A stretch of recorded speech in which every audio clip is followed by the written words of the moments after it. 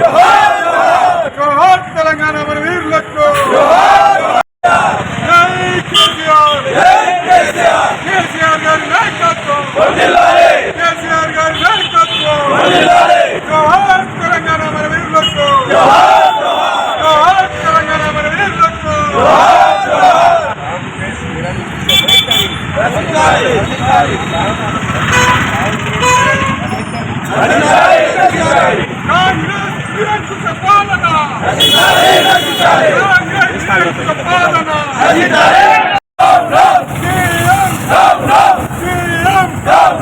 కేసీఆర్ గారి నాయకత్వం కేసీఆర్ గారి నాయకత్వం జోహార్ తెలంగాణ మన వీరులకు జోహార్ తెలంగాణ మన వీరులకు జై తెలంగాణ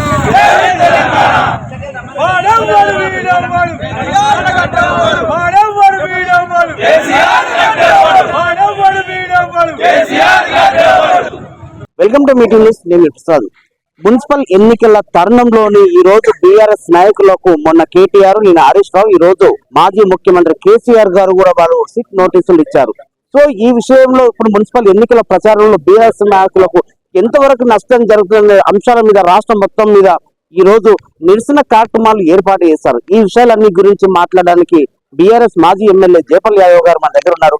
వారిని అడిగి కొన్ని విషయాలు తెలుసుకునే ప్రయత్నం చేద్దాం. సార్ చెప్పండి, సిట్ విచారణతోని బీఆర్ఎస్ నాయకులు మొత్తం కూడా విచారణ పేరుతోని ఈ రోజు జరుపుతున్నారు, మీరు ఎట్లా చూస్తారు? ఈ కాంగ్రెస్ ప్రభుత్వానికి, కాంగ్రెస్ నాయకులకు రాజకీయ అవగాహన లేదు. కొత్త బిచ్చగాలుగా వ్యవహరిస్తున్నారు.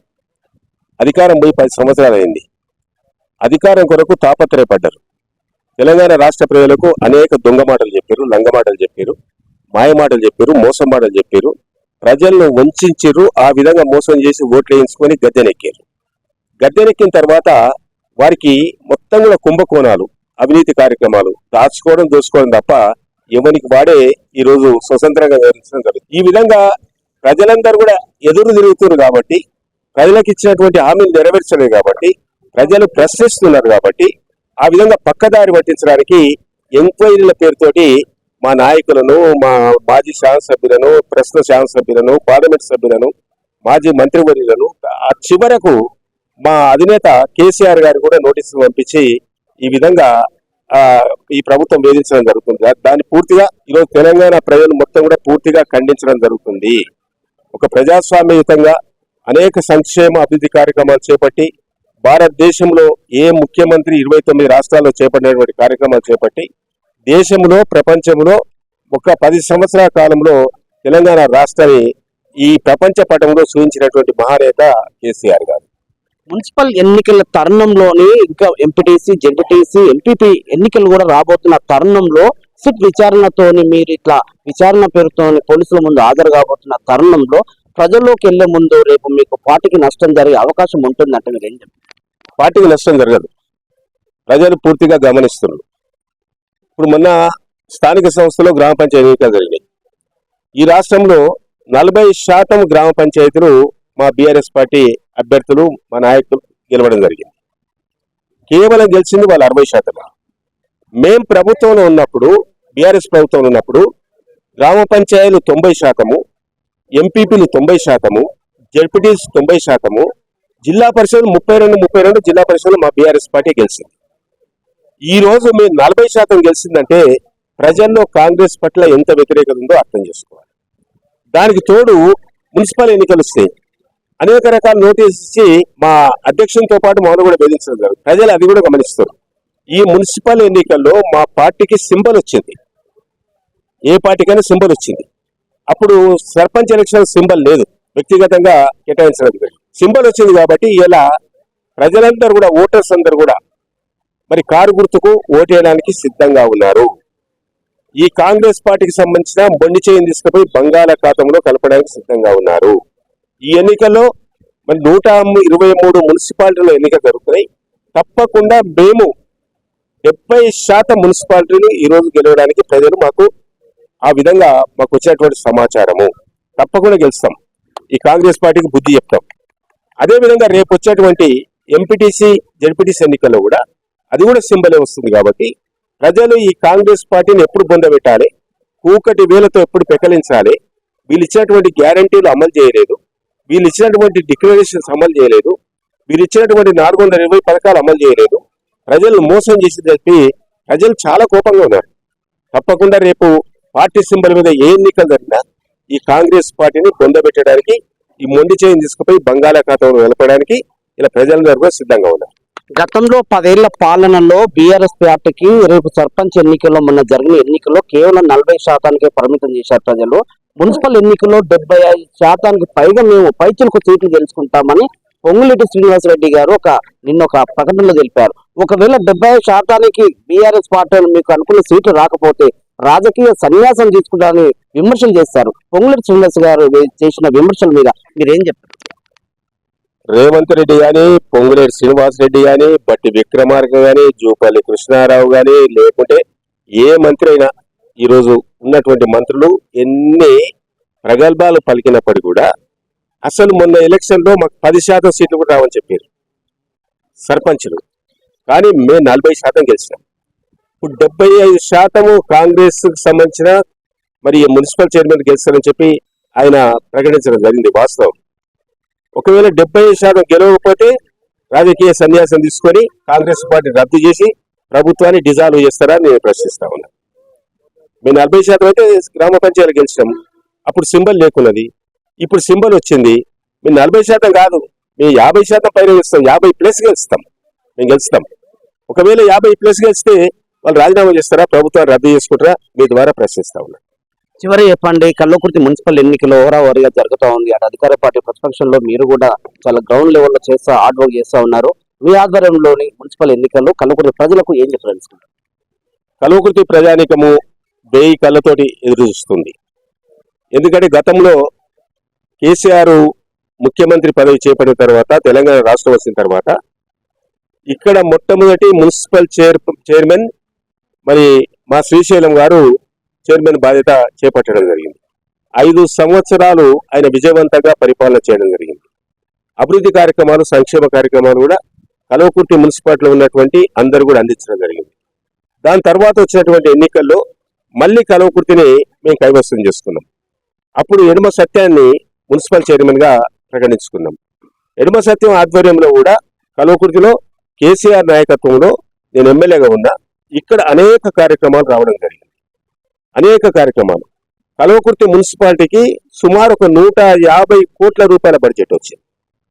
ఒక మిషన్ భగీరథనే 45 కోట్ల రూపాయలు పైప్ లైన్లు కానీ, వాటర్ ట్యాంక్స్ కానీ, ఇంటింటికి నల్ల కానీ ప్రతి ఇంటికి కూడా ఇవ్వడం జరిగింది. మిషన్ భగీరథనే. రోడ్లు అయితే అద్దం మాదిరిగా చేయడం జరిగింది. కొన్ని 100 పోయి 10 కోట్లు, 20 కోట్లు, 30 కోట్లు, ఆ విధంగా 25 కోట్ల రూపాయలు TUFIDC ద్వారా రోడ్లకు ఇవ్వడం జరిగింది. తెలంగాణ అర్బన్ డెవలప్మెంట్ కార్పొరేషన్ ద్వారా ఇవ్వడం జరిగింది.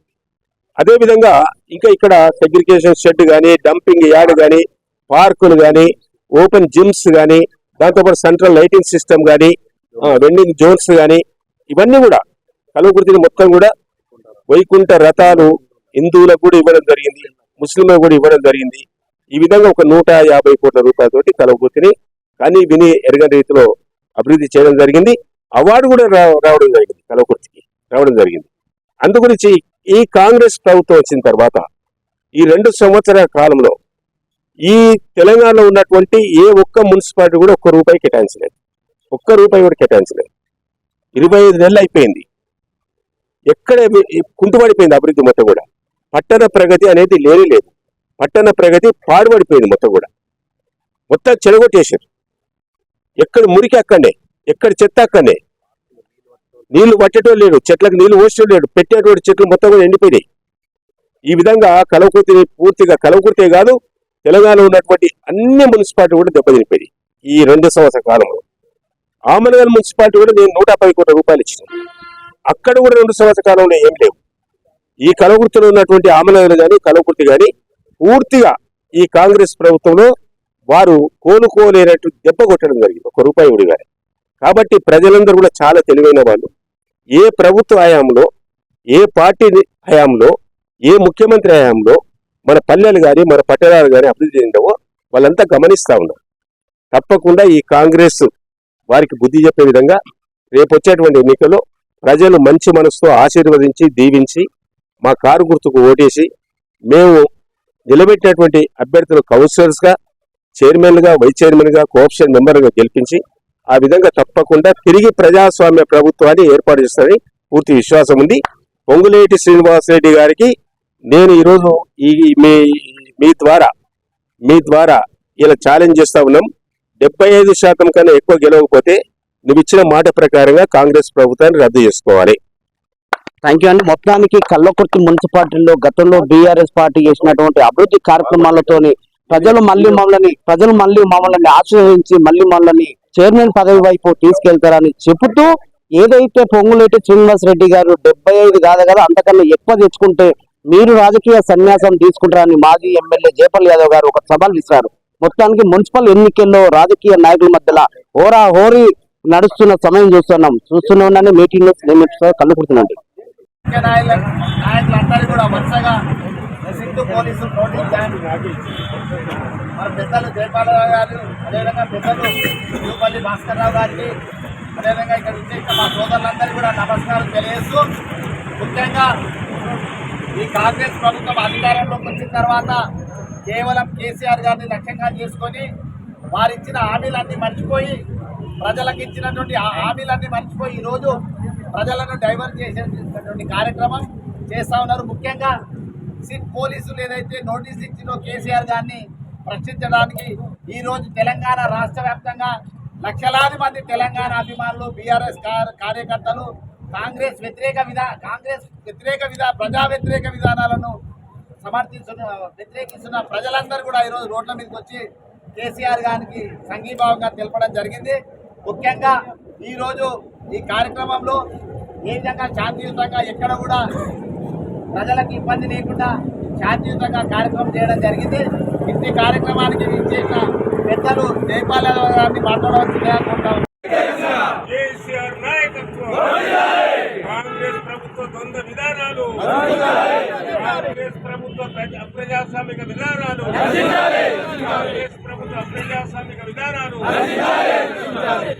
అమలుకు నోచుకున్నటువంటి హామీనిచ్చి దొంగ మాటలతోటి, లంగ మాటలతోటి, మాయ మాటలతోటి, మోసం మాటలతోటి యావత్ తెలంగాణ ప్రజలను మోసం చేసి ఓట్లేయించుకొని ఇచ్చినటువంటి ఎన్నికల ప్రణాళిక మేనిఫెస్టో అమలు చేయకుండా ఈరోజు తెలంగాణ రాష్ట్రాన్ని ఈ కాంగ్రెస్ ప్రభుత్వము అధోగతి పాలు చేయడం విషయాన్ని ఈ సందర్భంగా నేను తెలియజేస్తా ఉన్నాను. ఇప్పుడే ఒక ప్రముఖ రైతు మరి రైతుల గురించి, యూరియా బస్తాల గురించి, 6 గ్యారెంటీల గురించి, అదే డిక్లరేషన్ గురించి, 420 పథకాల గురించి ఈ కాంగ్రెస్ ప్రభుత్వం యొక్క విధానాలు మొత్తం కూడా చెప్పడం జరిగింది. మనస్ఫూర్తిగా ఆయనకు అభినందనలు తెలియజేస్తా ఉన్నాను. ముఖ్యంగా ఈరోజు మరి ఆడలేక ఆ విధంగా కాంగ్రెస్ ప్రభుత్వంలో ఉన్నటువంటి నాయకులు బీఆర్ఎస్ ప్రభుత్వానికి సంబంధించినటువంటి మన అధినేత కేసీఆర్ గారు తెలంగాణ జాతిపిత 14 సంవత్సరాలు పోరాటం చేసి కేంద్రము మెడలు వంచి పార్లమెంట్లో బిల్లు పెట్టించి తెలంగాణ రాష్ట్రాన్ని సాధించిన మహానాయకుడు కేసీఆర్ గారి మీద అనేక ఆరోపణలు, ఈరోజు అనేక ఎంక్వైరీలు, సిట్టు స్పెషల్ ఇంటెలిజెన్స్ దాన్ని కూడా చేసి ఈరోజు ఏ విధంగా బాధిస్తున్నారో మీరందరూ కూడా అర్థం చేసుకోవాలని కూడా ఈ సందర్భంగా నేను తెలియజేస్తా ఉన్నాను. అయ్యా, మాకే సంబంధం, ప్రభుత్వంలో పోలీస్ డిపార్ట్మెంట్ ఉంటుంది, సిఐ ఉంటుంది, ఇంటెలిజెన్స్ ఉంటుంది, అదే ఎస్ఓటీ ఉంటుంది, గ్రేడ్స్ ఉంటుంది, సివిల్ పోలీస్ ఉంటుంది, రిజర్వ్ పోలీస్ ఉంటుంది. ఈ కాంగ్రెస్ ప్రభుత్వము మొట్టమొదటిసారిగా నాకు కూడా నోటీసులు ఇవ్వడం జరిగిందనే విషయాన్ని ఈ సందర్భంగా నేను తెలియజేస్తా ఉన్నాను. నా తర్వాత చిరుమర్తి లింగయ్య, నల్గొండ జిల్లాకు సంబంధించిన మన మాజీ ఎమ్మెల్యే కూడా నోటీసులు ఇవ్వడం జరిగింది. దాని తర్వాత మన నాయకుడు హరీష్ రావు గారు కూడా నోటీసులు ఇవ్వడం జరిగింది. దాని తర్వాత కేటీఆర్ గారు కూడా నోటీసులు ఇవ్వడం జరిగింది. దాని తర్వాత సంతోష్ రావు కూడా నోటీసులు ఇవ్వడం జరిగింది. చివరిగా మన అధినేత 10 సంవత్సరాలు కంటికి రెప్పలాగా తెలంగాణ ప్రజలు కడుపులో పెట్టుకొని అన్ని సంక్షేమ కార్యక్రమాలు అన్ని అభివృద్ధి కార్యక్రమాలు చేపట్టి తెలంగాణకు ఒక పెద్ద దిక్కుగా ఉన్నటువంటి మన పార్టీ అధ్యక్షుడుగా మొన్న నిన్న నోటీసులు ఇచ్చి ఆ విధంగా మన నాయకుడు కూడా వేధించడం జరుగుతున్న విషయాన్ని ఈ సందర్భంగా తెలియజేస్తా ఉన్నారు. మన నాయకుడు ఈరోజు శిక్షించినటువంటి నోటీసుకు నిన్నటి వరకు మున్సిపల్ ఎలక్షన్ దీపారాలు ఇవ్వాలి కాబట్టి రాలేను కాబట్టి నేను ఈరోజు సార్ చెప్పి ఈరోజు వారికి ఆన్సర్ ఇవ్వడం జరిగింది. ఈరోజు 3 గంటలకు నందీనగర్ లో కేసీఆర్ ఇంట్లో శిక్షాధికారులు ఆయన పైన విచారణ ప్రారంభిస్తున్న విషయాన్ని కూడా ఈ సందర్భంగా తెలియజేస్తూ ఉన్నాను. యావత్ తెలంగాణ ప్రజలే కాకుండా భారతదేశంలో ఉన్నటువంటి రాజకీయ నాయకులు కానీ మేధావులు కానీ విద్యావంతులు కానీ ఈరోజు ప్రజలందరూ కూడా ఈ కాంగ్రెస్ యొక్క విధానాలను పూర్తిగా ఖండించడం జరుగుతున్న విషయాన్ని ఈ సందర్భంగా నేను తెలియజేస్తా ఉన్నాను. ఏది ఏమైనప్పుడు కూడా ఈ కాంగ్రెస్ ప్రభుత్వం ఎన్ని విధాల వేధించినప్పటికీ బాధించినప్పుడు కూడా మన టీఆర్ఎస్ పార్టీ నాయకుడు కేసీఆర్ నాయకత్వంలో మన ఎవరి అబ్బకు ఎవరి తాత కూడా భయపడేది లేనేదనే విషయాన్ని ఈ సందర్భంగా నేను తెలియజేస్తా ఉన్నాను. కాబట్టి ఈరోజు తెలంగాణ వ్యాప్తంగా 12,700 గ్రామ పంచాయతీల్లో, అదేవిధంగా 130 మున్సిపాలిటీలో, అదేవిధంగా కార్పొరేషన్లో, జిహెచ్ఎంసీ పరిధిలో కూడా అన్ని గ్రామ స్థాయి, మండల స్థాయి, మున్సిపల్ స్థాయి, జిల్లా స్థాయి, అదేవిధంగా హైదరాబాదు మరి ముఖ్య పట్టణంలో కూడా లక్షలాది మంది ఈరోజు నిరసన కార్యక్రమాలు చేపట్టడం జరిగింది. అందులో భాగంగా ఈరోజు కల్వకుర్తి, వెల్లండ, ఆమరగలు, కర్తాల, మాడుగుడ, తల్కొండపల్లి, చారగొండ మన కల్వకుర్తికి సంబంధించిన మండల కేంద్రాలు కూడా ఈ కార్యక్రమాన్ని పెద్ద ఎత్తున ఏర్పాటు చేసుకోవడం జరిగిందనే విషయాన్ని ఈ సందర్భంగా తెలియజేసుకుంటూ ప్రతి ఒక్కరూ కూడా ఈ మున్సిపల్ ఎన్నికల్లో మనమందరం కూడా ఈ కాంగ్రెస్ పార్టీకి బుద్ధి చెప్పాలంటే మొన్న జరిగిన స్థానిక సంస్థల ఎన్నికల్లో సర్పంచ్గా మనం 46% గెలిచినాం. మరి బుద్ధి రాలేదు. రేపు వచ్చేటువంటి 123 మున్సిపల్ ఎన్నికల్లో అత్యధిక స్థానాలు గెలిచి 100% మన వాళ్ళకి గెలిపించుకొని చైర్మన్లను, వైస్ చైర్మన్లను కౌన్సిలర్ చేసుకొని ఈ మూసుకపోయినటువంటి కాంగ్రెస్ వాళ్ళ కన్ను తెప్పించిన బాధ్యత ఈరోజు మన అందరిపై ఉన్న విషయాన్ని ఈ సందర్భంగా తెలియజేసుకుంటూ ఇక పోరాటం ప్రారంభమైంది. మరి ఆరంభం మాత్రమే, అంతం కాదు. ఈ కాంగ్రెస్ ప్రభుత్వం దిగిపోయేంత వరకు ప్రతి ఒక్కరు కూడా యుద్ధంలో వీర సైనికుల మాదిరిగా మడమదిప్పకుండా అందరూ కూడా ముందుకెళ్లి యుద్ధాన్ని జయించి కాంగ్రెస్ పార్టీని, కాంగ్రెస్ ప్రభుత్వాన్ని ఊకటి వేళ్లతో లెక్కలించవలసిందిగా ఈ రోజు మీకు అందరూ కూడా తెలియజేసుకుంటూ అందరికి ధన్యవాదాలు. జై తెలంగాణ.